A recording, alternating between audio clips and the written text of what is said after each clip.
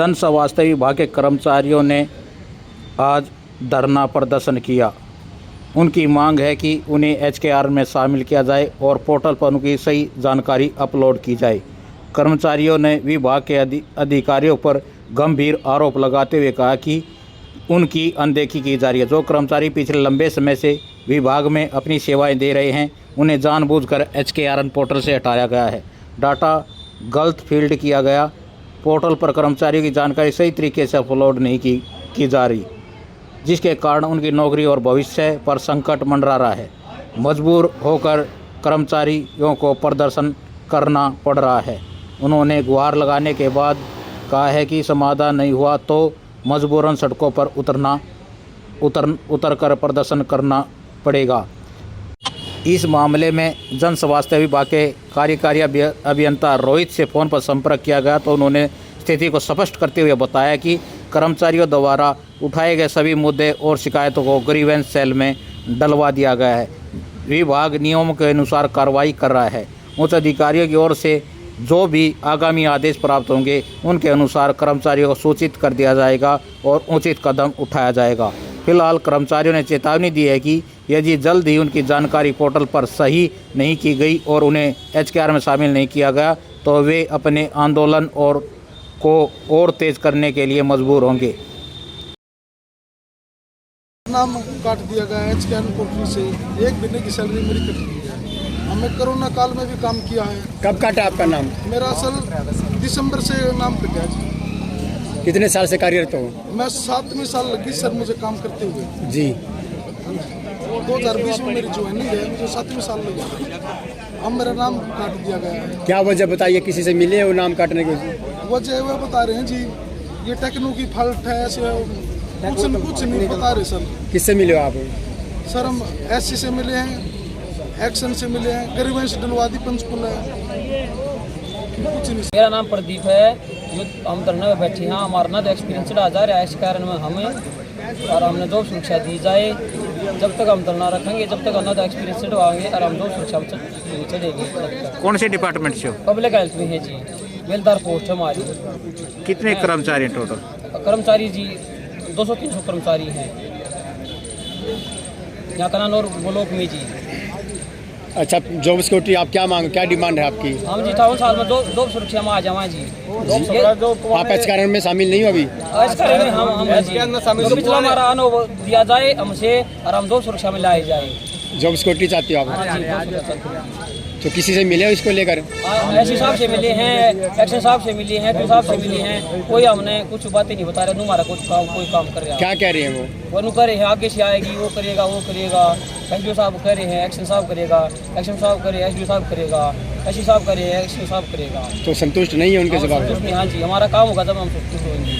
मैं Haryana government PWD mechanical worker union registered number 41 का राज्य उप कोषाध्यक्ष विनय नाम है मेरा।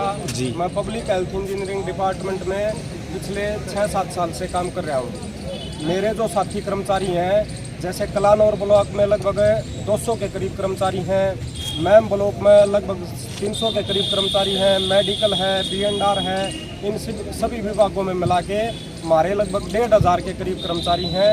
उन जो कौशल रोजगार के अंतर्गत आते हैं, सरकार ने ये बोला है जिनके 5 साल पूरे हो गए उनको जॉब की सुरक्षा दी जाएगी कि 58 साल तक वो सुरक्षित अपना जीवन यापन कर पाएंगे, और उसका लाभ ये होगा कि समय समय पर वेतन वृद्धि देगी। लेकिन अधिकारियों की और ठेकेदारों की मिलीभगत से ये साथी 15-15 साल से लगे हुए हैं और इनकी जो सैलरी थी वो खाते में नहीं दी गई, उनका PF नहीं कटवाया गया। आज इस कारण से इनकी जॉब सुरक्षा नहीं चढ़ पा रही।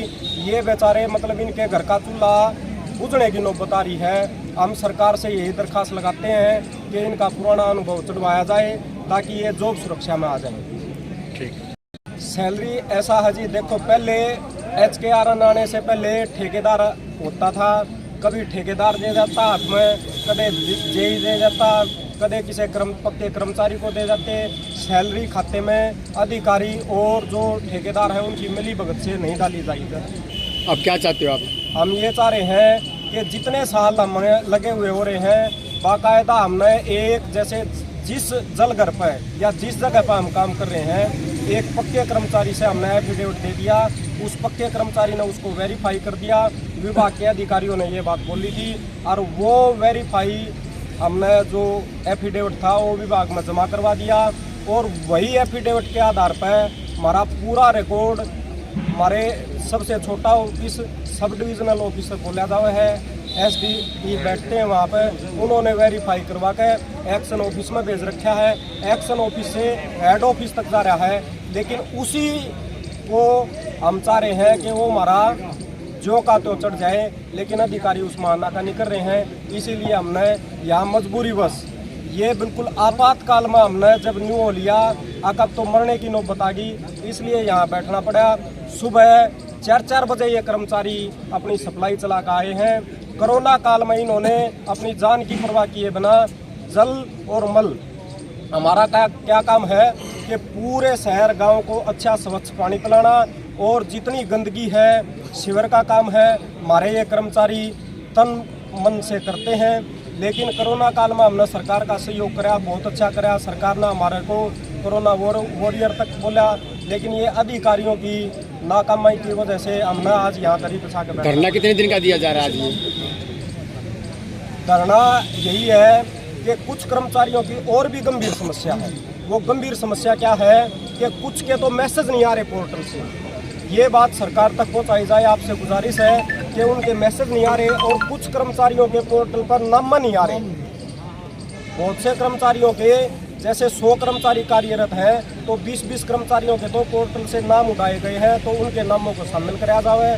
धरने की रूपरेखा ये रहेगी, अगर ये अधिकारी हमारा अनुभव चढ़ाने में नाकानी करे हैं तो ये 3 दिन 4 दिन तक हम सुबह 9 बजे से लेकर के 5 बजे तक यहाँ धरना चलाएंगे। सुबह जल्दी उठकर देर शाम को हम सप्लाई करेंगे।